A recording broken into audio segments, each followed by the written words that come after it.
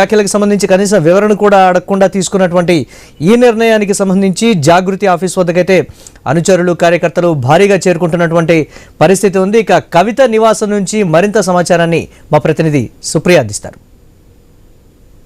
Party అయితే సంచలన నిర్ణయం తీసుకుందనే చెప్పాలి. కవితని పార్టీలో నుంచి సస్పెండ్ చేయడంతో మాత్రం ఇప్పుడు మనకు కవిత ఇంటి దగ్గర అయితే జాగృతి కార్యకర్తలు అయితే ఇక్కడికి వచ్చి అయితే నినాదాలు చేస్తూ ఉన్నారు. అయితే కవిత ఏదైతే నిన్న ప్రెస్ మీట్ లో వచ్చేసి ఇటు హరీష్ రావుకి సంబంధించి సంతోష్ కుమార్ కి సంబంధించి ఏదైతే కమెంట్స్ చేసిందో దానితోనైతే ఈరోజు పార్టీ ఈరోజు సస్పెండ్ చేయడం జరిగింది. అయితే కేసీఆర్ అయితే ఈరోజు పార్టీ నుంచి మాత్రము కవితని సస్పెండ్ చేయడంతో మాత్రం ఇక్కడ పెద్ద ఎత్తున అయితే జాగృతి మెంబర్స్ వచ్చి అయితే ఇక్కడ నినాదాలు అయితే చేస్తూ ఉన్నారు.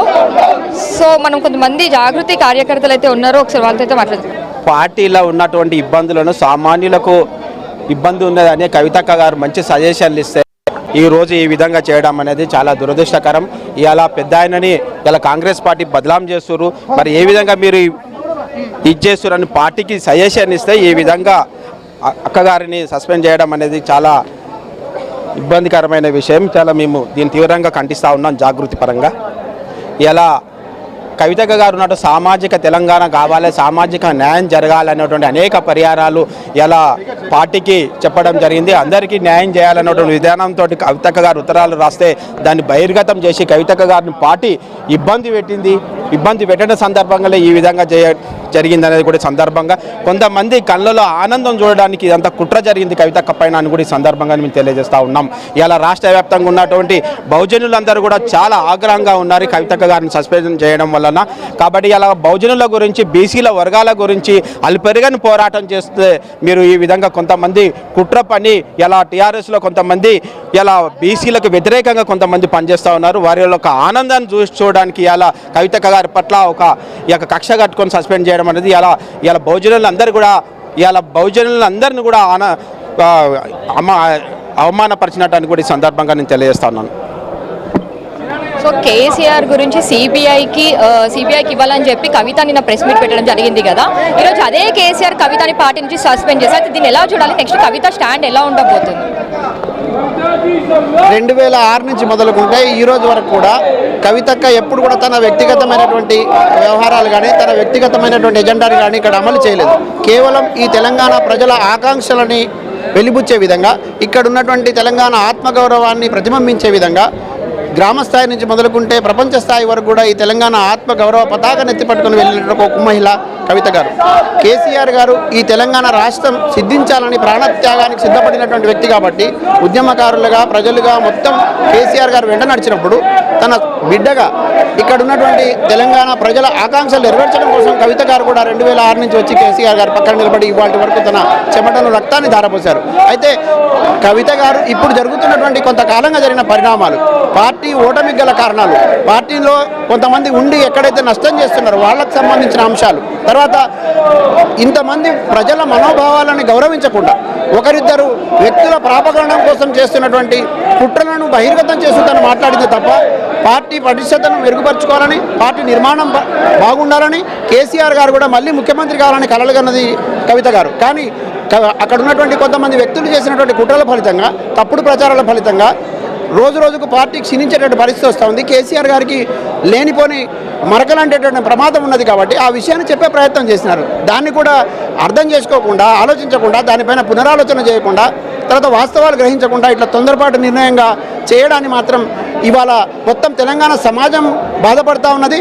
ఇది కేవలం కవిత గారిని సస్పెండ్ చేసి ఆనందపడేటటువంటి వాళ్ళు తాత్కాలిక ఆనందమే తప్ప భవిష్యత్తులో వాళ్ళకు ప్రజల నుంచి గుణపాఠం తప్పదు. అయితే ఏదైతే కవిత యూఎస్కి వెళ్ళిన సమయంలో ఒక లెటర్ బయటకు వచ్చింది. ఆ లెటర్ అప్పుడు ఆ టైంలో కూడా దయ్యాలు కొంతమంది పక్కనే ఉన్నారు అని.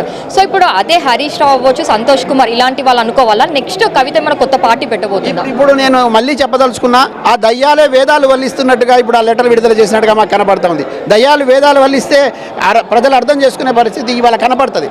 మీరు అనుకుంటున్నారు నిజంగా తాత్కాలికంగా కొద్ది రోజులు కేసీఆర్తో కవితక్కను దూరంగా ఉంచే ప్రయత్నం చేస్తుండొచ్చు కానీ ఈ సమాజం నుంచి కవితక్కను విడదలేరు. ఈ సమాజాన్ని నుంచి కవితక్క చేరాల్సిన గమ్యాన్ని మీరు దూరం చేయలేరు. ఆమె లక్ష్యాన్ని మీరు అడ్డుకోలేరు. ఇది మూర్ఖపు చర్య, అవివేకమైన చర్య, కొంతమంది కుట్రదారుల చర్య.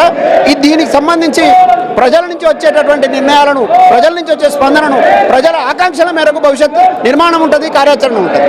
నిన్న ప్రెస్ మీట్ లో కూడా చూస్తే మనకి ఎక్కడ కేటీఆర్ పేరు అయితే వినిపించలేదు కదా, అంటే ఫ్యామిలీ అంతా ఒకటి అయిపోయి ఇప్పుడు హరీష్ రావు, సంతోష్ కుమార్ నే బయటికి తీసుకొస్తున్నారా, లేదంటే కేటీఆర్ పేరు అసలు బయటికి తీయకపోవడానికి కారణం ఏంటి? ఇది కుటుంబానికి సంబంధించిన వ్యవహారం కానే కాదు, కానీ కుటుంబానికి ఆపాదించే ప్రయత్నం చేసి కుట్రలు ఇంకా చేస్తూ ఉన్నారు.